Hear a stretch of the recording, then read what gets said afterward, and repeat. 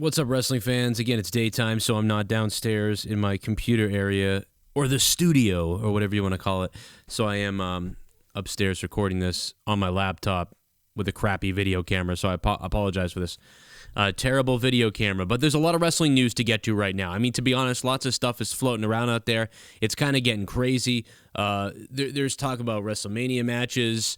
The Big Show farted in the up, down show that everybody's sending me goofy things about that. There could be a Hall of Fame tag team. There's really a bunch of news. And if my computer would move a little bit, I would go ahead and open it and talk about it right now for you. Which there's some birthdays people wanted me to shout out today, too, that I'll try to remember. For Monetize This tonight, by the way, for anybody who wants to party tonight. It's going to be about 11:30 p.m. Eastern Time, or maybe earlier, hopefully. And we'll go probably 4 hours as we usually do. Hopefully, unless something crazy goes wrong. Seth Rollins, Triple H, WrestleMania 33 is currently up in the air due to Rollins' injury. This is a report from PW Insider. They're talking about other matches that have been discussed. One of them is that Triple H could possibly take on Shane McMahon. Don't understand how that would go. I mean, I guess it would be a Raw versus SmackDown type of deal, where people would perhaps get upset with each other over something, or the power struggle. I don't know. I'm not really into that. I really wouldn't be into that sort of situation. The other is that Triple H would take on Samoa Joe. I don't really see why that makes any sense either. Then again, Shane McMahon being upset at Seth Rollins doesn't really make any sense either. A lot of the stuff he said about Seth Rollins the other day, it was just the whole reason why he wants to fight Seth Rollins doesn't make any sense either, really, why everybody's mad at each other. At least why Triple H is mad at Rollins. But so WWE doesn't really care about the continuity of that anyhow, but it would be, at least it has some sort of background and we're all aware of the situation.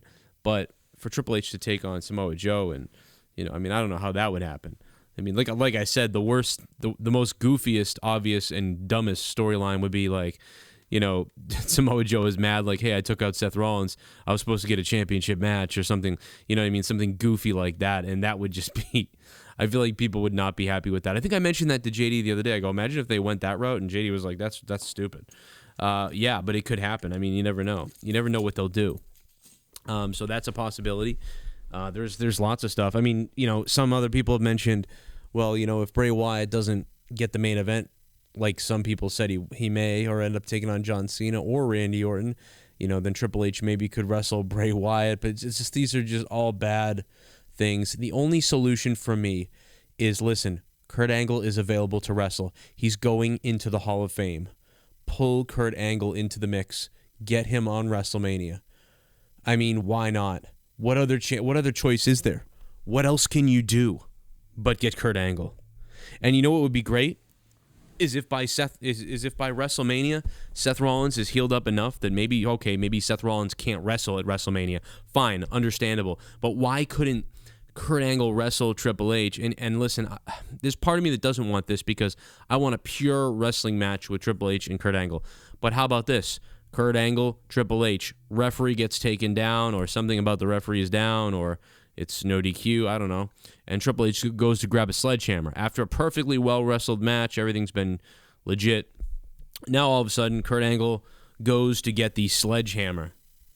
And that would be, everyone would just be like, oh my God, after this great match, he's going to grab a sledgehammer.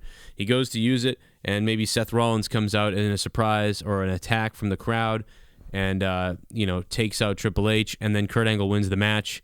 Now you're able to easily continue the feud with Triple H and Triple H and Kurt Angle. I'm crazy. Triple H and Seth Rollins, and that would be wonderful. So there's a way you could continue the feud right there, and that's how you could solve it. And a lot of people say, well, where does that leave Samoa Joe? I think it should leave Samoa Joe to feud with Finn Balor. I think you leave that there. But do you have to have Samoa Joe now be on the WrestleMania card?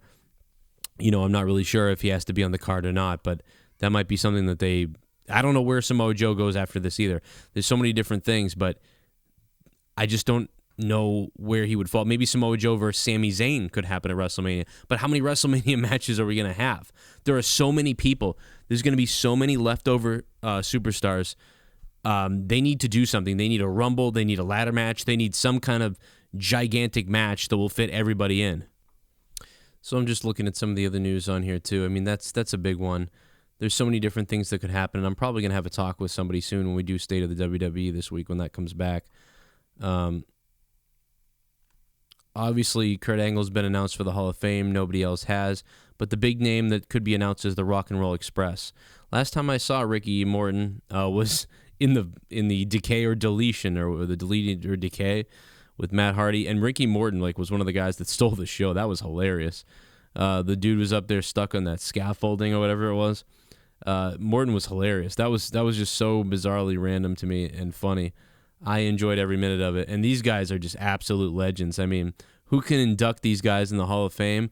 I almost wonder, don't you wonder, if the WWE wouldn't bring Jim Cornette back to induct the Rock and Roll Express into the Hall of Fame? I mean, you would have to, right? And I don't think Jim Cornette's in the Hall of Fame. And I know that Jim Cornette, you know what I mean, there's blood there that's not the best and everything, and people have said things. But imagine if Jim Cornette could be the one to induct them, or Jim Cornette himself was getting inducted. I don't think he's been inducted, obviously. I don't know why that. I never thought about that. But man, that'd be awesome. Some kind of feedback on my lines drive me nuts. That would be great. That would be so cool. And it's already cool that they're getting put in there. There's a rumored WrestleMania 33 card that's out. I'm going to save that, I think, for another video because I'm going to break the whole damn card down. I'll probably release that video a little later today. But remember, I will be live for Monetize this tonight. But let's get to this Steve Austin commenting on Roman Reigns being number 30 in the Rumble. This was episode 400 of the Steve Austin Show. Unbelievable. He's done 400 episodes. That's amazing. I've released over 2,000 videos on Joe Cronin Show. So you got a ways to go, Steve.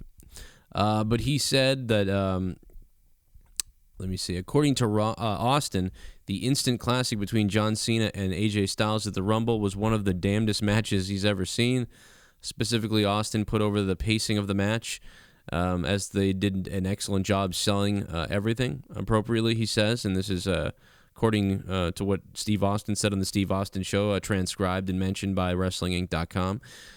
He said, man, Cena and AJ went out there and had about a 24-minute match, and it was just a bust-ass performance from both guys. Just a bust-ass performance from both guys. And what I appreciate about it is really the whole pay-per-view was pacing of the match. Completely satisfied, everything that I needed to happen, just to believe the buy-in because they sold everything to the degree it needed to be sold. My voice is actually messed up a little, but I try to do my best Stone Cold. When you look at the run that Cena's had, it's one of the best in the history of professional wrestling business. And when you look at the body of work, I've said it, he has more high-profile matches, big pressure matches than I have. I can't keep doing that voice. My throat hurts.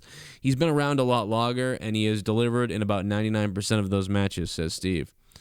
In Austin's view, Cena is a great worker. Cena said... So he continues on. Cena says Cena can flat out work. Bottom line, Austin said. He said the guy can flat out work. He's not the smoothest guy in the ring. He's not Brad Armstrong, but he ain't got to be. He's John Cena. He's built like a brick shithouse.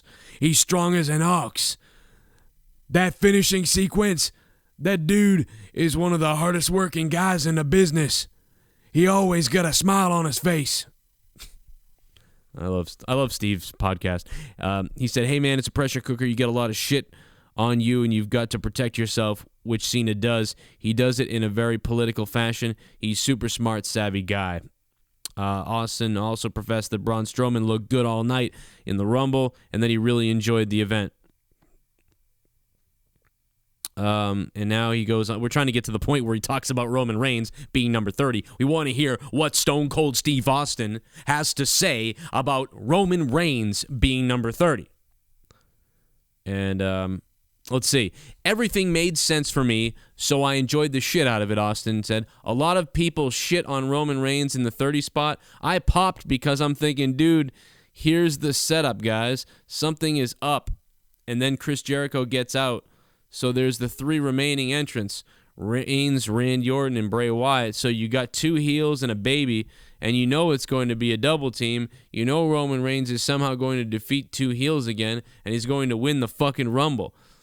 Setup, I smelled, and that's what the setup was. And Stone Cold says, I smelled a rat from the beginning, and I just couldn't believe what I was going to end up seeing. He goes to charge Randy Orton to spear, and of course, Orton connects with an RKO. Over the top rope, Randy wins. I thought Roman Reigns in the 30 spot was a fantastic idea and great booking. As for Reigns, Austin acknowledged that the big dog is improving and that it took Austin himself over 7 years to become a complete performer. I agree with Austin in the way that it kind of was a brilliant troll, to be honest. I mean, it was ridiculous booking when you think about it. I mean, when you think about the logic of a guy getting a title shot, when he had it, I mean, getting a Royal Rumble match when he had a title shot earlier, it's kind of stupid. So I get that it's clever booking because it got everybody mad or happy or talking or freaked out. They trolled everybody. They essentially trolled everybody with Reigns. I get that, but to me, it's still stupid. I mean, it's treating a lot of people like they're idiots. It may have been the right decision. It may have been the right booking decision from a wrestling booking standpoint. But as far as to me, I just felt annoyed by it. But if nobody else came out 30 and it was nobody, I mean, we still would be complaining about it. I mean, there is no way to get around it. If Randy Orton wins the Rumble, there's going to be a large majority of the audience that complains. And I like Orton, but I think a lot of people expected them to definitely roll out somebody who was from a while ago, or like a surprise entry, or thought maybe we'd get some more surprise entries, and we didn't. So I think some people were really bothered by that. I was one of them, to admit it. I got to admit it. I mean, I thought we would get a surprise. I thought we would get somebody different, and we didn't, and that's what bothered me. It pissed me off, and that's my problem, I suppose. But it's the truth, and so I'm not going to deny that that's the truth, and that's how I feel. And shit happens, I guess, right? Well, guys, thanks for listening. I hope you enjoyed the video. Comment any reactions that you have down below. Please support me on patreon.com/Joe Cronin Show. I thank the people. Let me just get this shout out here. I also want to let you know to follow me on Twitter at Joe Cronin JCS. That's my new Twitter account, at Joe Cronin JCS. I just want to shout this guy out here. Nicholas Wolf, thank you, man. You upped your monthly support from $10 to $20. You guys are the ones that fund me, especially now that I'm, the deal. I'm not going to keep repeating it and crying wolf. But thanks, Nicholas Wolf, for the support. And thanks to everybody who's been supporting. I will see you tonight live from Monetize This, episode 97. We are almost at 100. It's going to be a good night. And if you have wrestling stuff, please leave it in the comments down below this video. More videos coming today. I just released a 30-minute video with Dave Rose as we broke down Sarah Silverman's comments on Shame on News. Dave Rose believes what she said is treason. I'm not so sure I believe that, but he believes it's treason, and we talk about it for 30 minutes. Also just did a 50-minute interview with Tommy NC, so that will be up in a week too as well. Thank you guys for listening. Thanks for watching. And if you like more videos, go check out my other videos that are available right here. One of these videos, one of these playlists. Click on it, binge watch, enjoy the channel. And if you haven't subscribed, what are you waiting for? Click the subscribe button on the left side right now for daily wrestling videos. My name is Joe Cronin, and I gotta take a dump.